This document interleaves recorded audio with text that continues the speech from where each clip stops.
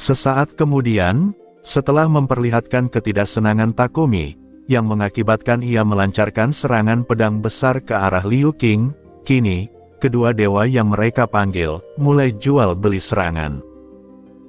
Dewa Takama memberikan serangan tendangan, sementara Dewa Li Bai berhasil menahannya dengan menggunakan pedang panjangnya. Percikan petir menyambar dari sana, membuat pertarungan keduanya menjadi sorotan.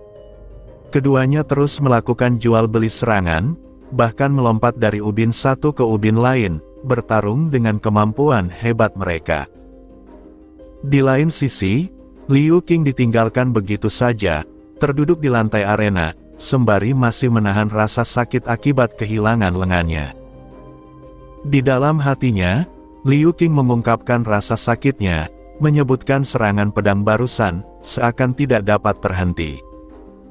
Liu Qing bahkan menyamakannya dengan serangan bambu runcing, yang akan menembus apapun. Tetapi, ketika tadi pedang Takumi sudah dekat ke arahnya, entah kenapa, tiba-tiba perasaan Liu Qing menjadi sangat sunyi.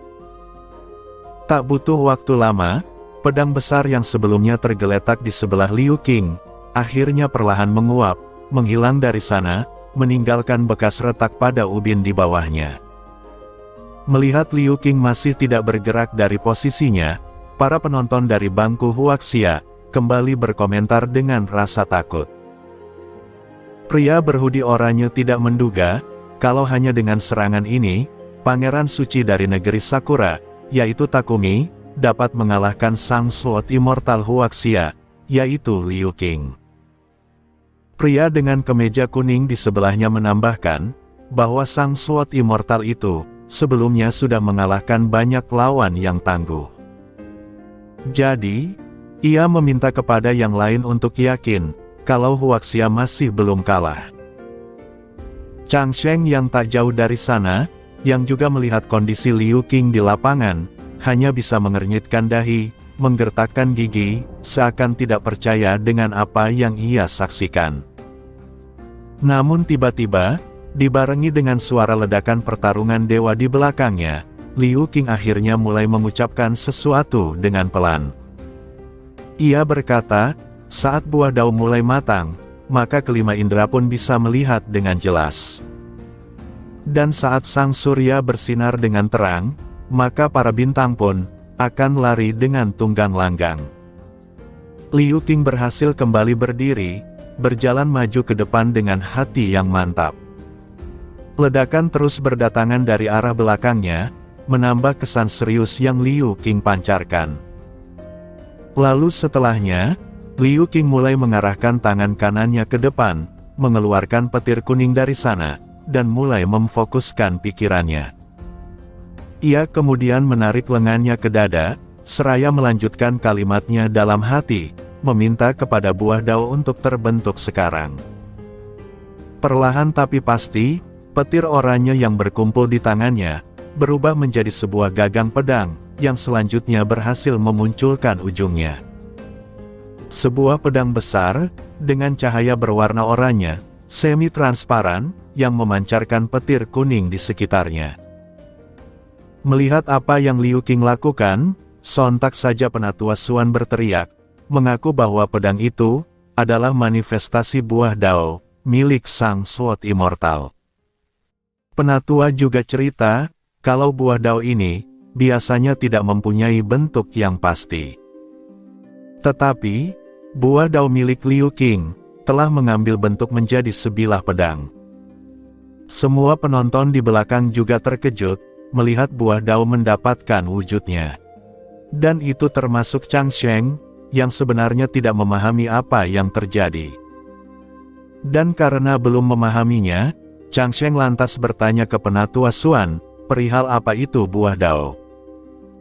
Penatua Xuan menjelaskan, kalau semua pengikut suci, yang telah mencapai tingkat tertentu, akan mendapatkan sesuatu yang serupa dengan inti mereka. Dan untuk buah dao, atau putra surgawi, atau bahkan inti emas, semua itu adalah asal-muasal, dari kekuatan para pengikut suci Huaxia. Lalu, Penatua lanjut menjelaskan dengan ekspresi serius, begitu inti seorang pengikut suci Huaxia muncul, maka itu sudah pasti, menyangkut tentang hidup dan mati dari pengikut tersebut. Setelah mendengar penjelasan ini, Changsheng akhirnya memahami, bahwa Liu Qing sekarang, atau Sang Sword Immortal, sedang mempertaruhkan segalanya di pertarungan kali ini. Ekspresi Changsheng semakin tak terkendali, wajahnya dipenuhi dengan keringat dingin. Sementara itu, Takumi yang melihat tindakan yang dilakukan Liu Qing, mulai berkomentar, bertanya apakah Liu Qing sudah gila. Soalnya, Liu Qing telah memanifestasikan intinya, dengan begitu ceroboh dan terburu-buru, demi menggandakan kekuatan yang ia punya. Takumi melanjutkan, bahkan jika Liu Qing menang dalam pertandingan melawannya, hidup Liu Qing tetap tidak akan panjang lagi. Liu Qing nampak hanya terdiam sesaat, setelah mendengar peringatan, sekaligus kekhawatiran Takumi untuknya. Tapi selanjutnya Liu Qing menyampaikan, bahwa setelah bertahun-tahun melawan suku asing di perbatasan, jumlah jasad akibat perbuatannya, sudah tidak terhitung jumlahnya. Dan ia melakukan semua itu, demi membentuk inti dari buah daunnya menjadi sebilah pedang ini. Jadi, menyia-nyiakan kesempatan hari ini, akan sangat memalukan bagi Liu Qing pribadi. Liu Qing kini memperhatikan pedang dao miliknya, dan hendak menyentuhnya dengan menggunakan tangan kanan. Kita sekilas diperlihatkan visual, tentang pembantaian yang dilakukan oleh Liu Qing, saat dirinya berada di perbatasan melawan suku asing. Ia berdiri tegap di atas gundukan mayat, dan ia juga dikepung oleh para tentara yang memegang senjata api, serta prajurit milik suku asing, yang menunggangi kuda dengan senjata tombak dan pedang. Dan kembali ke saat yang sekarang, di mana Liu Qing memegang pedang daunnya, siap menyerang Takumi kapan saja. Takumi lantas kembali bertanya memastikan, kalau apakah Liu Qing benar-benar berniat mencoba untuk melawannya dengan menggunakan pedang itu. Liu Qing perlahan tersenyum, lalu ia kembali menyatakan dengan semangat, kalau buah daunnya adalah pedang yang belum terhunus. Pedang ini juga menjadi pelindung dari 10.000 keluarga, dan sekaligus menjadi hadapan mereka. Dan Liu Qing menegaskan, kalau Takumi yang lahir dengan sendok emas, atau sudah merasakan kejayaan, tidak akan mungkin bisa memahami perasaannya. Mendengar penegasan itu, Takumi kembali menyipitkan matanya, tidak senang dengan perkataan Liu Qing terhadapnya. Setelah memberitahukan semua itu, Liu Qing mulai mengangkat tangan kanannya ke depan, seraya berteriak ke seluruh penjuru arena, meminta semua pedang untuk datang ke hadapannya.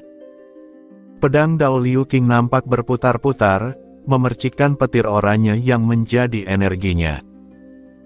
Sontak saja, para penonton yang memiliki pedang, seketika pedangnya tercabut sendiri, seakan tertarik paksa oleh pedang dao Liu Qing sebelumnya.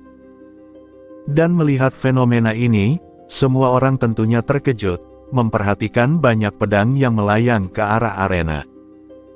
Sesaat kemudian, pedang dao Liu Qing yang tadinya berputar, akhirnya berhenti, memperlihatkan dua sisi yang berbeda.